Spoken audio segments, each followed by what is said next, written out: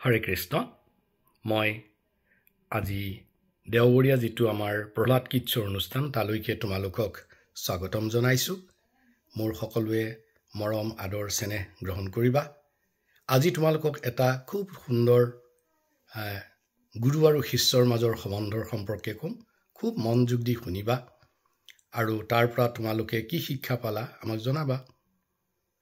এই কাহিনীটো আছিল গুৰু নানকৰ ওপৰত গুৰু নানকৰ নাম তোমালোকে শুনিছানে গুৰু নানক আছিল শিখ ধৰ্মৰ প্ৰথম গুৰু 10 জন গুৰুৰ ভিতৰত তেওঁ প্ৰথম গুৰু এই গুৰু নানকে এবাৰ তেওঁৰ এজন শিষ্যক মাতি আনি এখন বেদী প্লেটফৰ্ম বনাবলৈ তৈয়াৰ কৰিবলৈ অনুৰোধ কৰিলে আৰু শিষ্যজনে গুৰুৰ কথা শুনি অতি যত্নৰে খুব মনোযোগেৰে এখন বেদী বনালে তে গুৰু আহিল গুৰু নানক আহি চালে খুব আনন্দিত হল আৰু ক'লে তুমি বেদীখন ভাঙি পেলোৱা আৰু এখন নতুন বেদী বনোৱা শিষ্যজনে গুৰুৰ কথা মতে সেইখন বেদী ভাঙিলে আকৌ এখন নতুন বেদী বনালে আৰু এবাৰ আকৌ গুৰুক মাতি আনিলে ক'লে যে গুৰুদেৱ মোৰ বেদী বনোৱা হ'ল আপুনি চাওকহি গুৰু আহিল আকৌ তেওঁ খুব আনন্দ মনেৰে বেদীখন চালে আৰু ক'লে তুমি এইখন ভাঙা আৰু এখন নতুন বেদী বনোৱা এই যে ভঙা আৰু সজা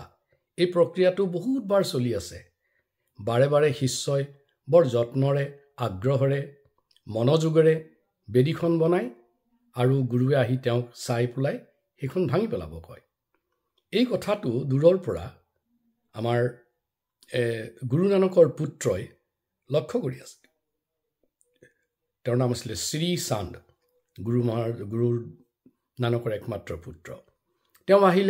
আহি শিষ্যজনক ক'লে যে তোমাক যে দেউতাই বাৰে বাৰে এখন প্লেটফৰ্ম বা বেদী বনাব দিছে তুমি বনাইছা ইমান সুন্দৰকৈ বনাইছা আৰু প্ৰতিবাৰে আহি দেউতাই তোমাক এখন ভাঙি এখন নতুন বনাব দিয়ে আৰু তুমিও তেখেতৰ কথা মতে বনাই আছা তে মোৰতো যথেষ্ট খং উঠিছে দেউতাৰ ওপৰত তোমাৰ অলপো খং উঠা নাইনে তেতিয়া শিষ্যজনে হাঁহি মাৰি ক'লে যে মোৰ কামত তুমি ব্যাঘাত নিদিবা মই বেদীখন বনোৱা বা ভঙাৰ ওপৰত মোৰ কোনো ধৰণৰ আগ্ৰহ নাই একমাত্ৰ গুৰুৰ আজ্ঞা পালন কৰাতহে মই আগ্ৰহী গতিকে এই গুৰুৰ কথা মতেই গুৰুদেৱৰ কথা মতে মই বাৰে বাৰে বেদী বনাইছোঁ আৰু তেওঁ যদি আজ্ঞা দিয়ে মই বাৰে বাৰে ভাঙিছোঁ গতিকে মোৰ জীৱনৰ এটাই উদ্দেশ্য সাধন ভজনৰ এটাই উদ্দেশ্য সেইটো হৈছে গুৰুৰ আজ্ঞা পালন আৰু এই যে গুৰুদেৱক মই সন্তুষ্ট কৰিছোঁ বাৰে বাৰে বেদীখন বনাই বাৰে বাৰে বেদীখন ভাঙি তাতেই মোৰ আনন্দ এই কথা শুনি গুৰু নানকৰ পুত্ৰ শ্ৰী চান্দে বৰ মনত এটা নতুন শিক্ষা পালে যে গুৰুৰ প্ৰতি এজন শিষ্যৰ কিমানখিনি তেওঁ কিমান বাধ্য হিচাপে কামটো কৰিছে তেওঁৰ কিমান অনুগাত্যতা আছে সেইবাবে আমি এই যিটো সৰু কাহিনী ইয়াৰ পৰা এটা শিক্ষা পালোঁ যে শিষ্যৰ জীৱনৰ উদ্দেশ্য হ'ব লাগে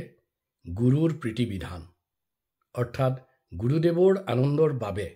গুৰুসকলৰ আনন্দৰ বাবে তেওঁলোকে যিকোনো কাম কৰিবলৈ সদায় সাজু হৈ থাকিব লাগে আৰু তাৰ দ্বাৰাই তেওঁলোকৰ ভক্তি জীৱনটো সাৰ্থক হয়